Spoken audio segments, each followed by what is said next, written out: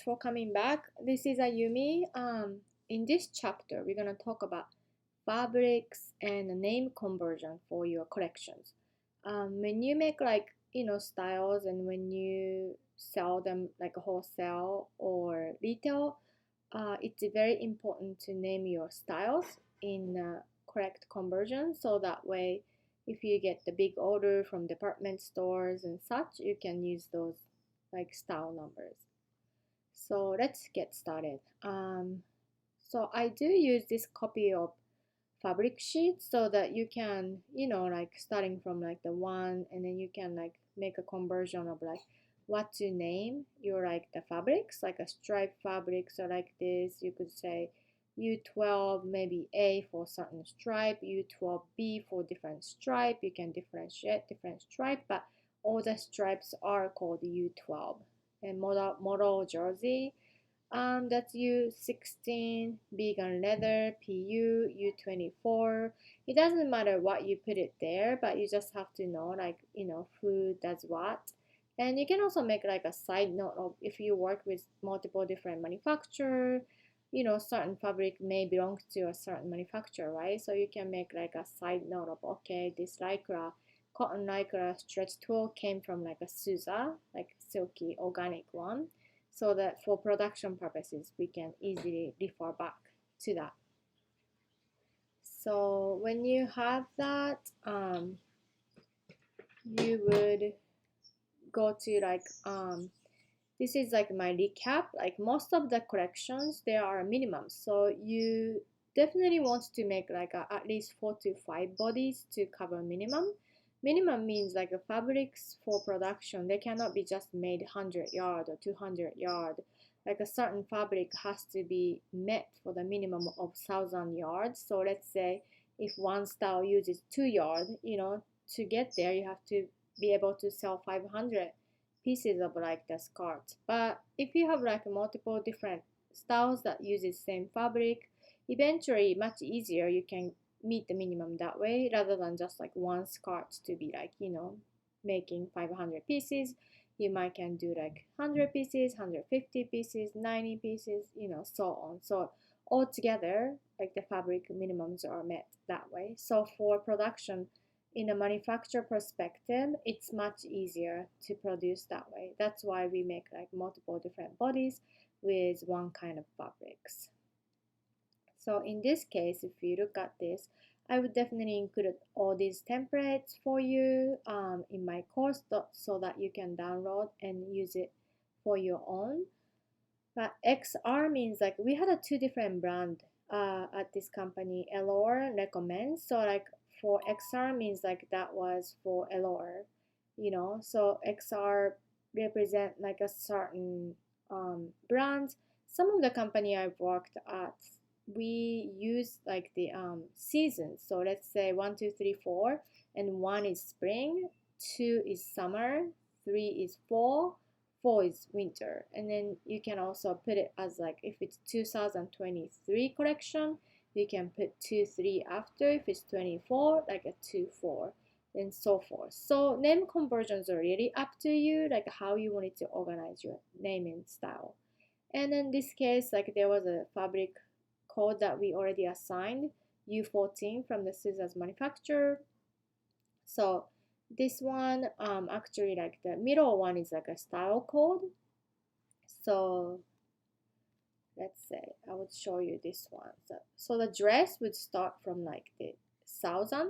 So you would start from the 1,000 like this: 1,001, 1,002, 1,003. And different body style can get assigned for like a different numbers. So for example, jacket, I decided to assign 6,000 so that any jacket would start from 6,000, 6,001, 6,002, 6,003, and so on.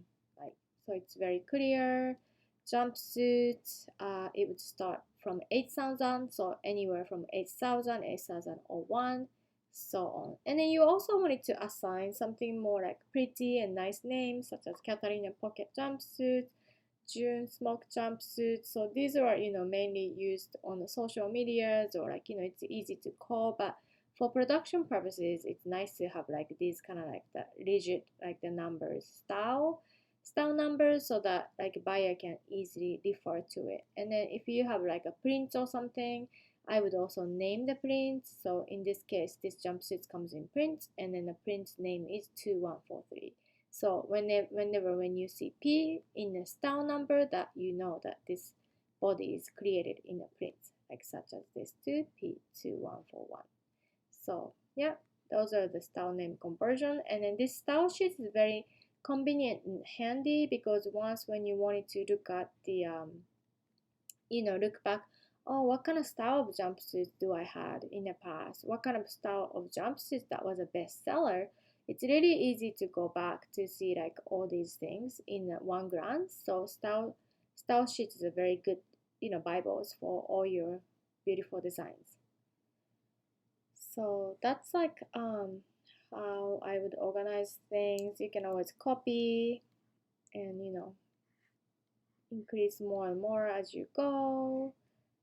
So these are made in Illustrator, so you can keep creating artboard and then do that. So here's all these other things that I have. You could make these sketches either in a vector, or you can do hand sketches. This style right here is I create them in the sketches, and I added these like a prints and swatches in the Photoshop. So that's in a layer, and I have a different sketch files for that, but that's how I create these. And vector, you can just do it all in one on Illustrator. So whichever you feel comfortable, I would say, yeah, like that would be great to do.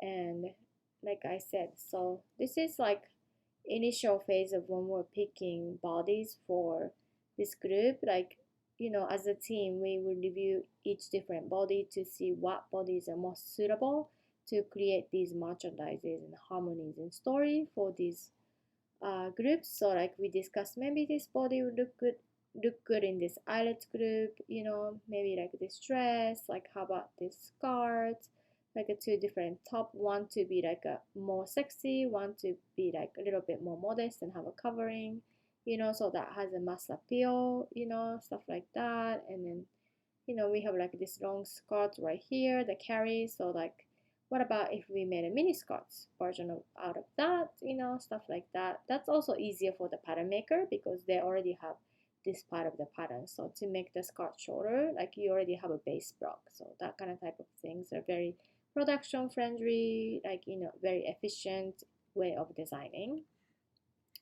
And yeah, like you wanna kind of like, this is how the inspiration came to us. This is the garments that they send us. Hey, we did this kind of thing, we have these kind of laces, so what about like we like combine this lace 1 and lace 2, and then maybe like we can like use something like that base, as a self fabric wise, but using these patterns.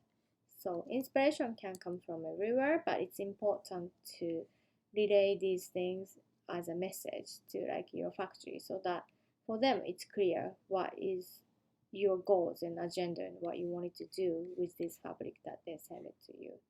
So yeah, that's today's course. But if you have any questions, I also take one-on-one as well, so please reach me out.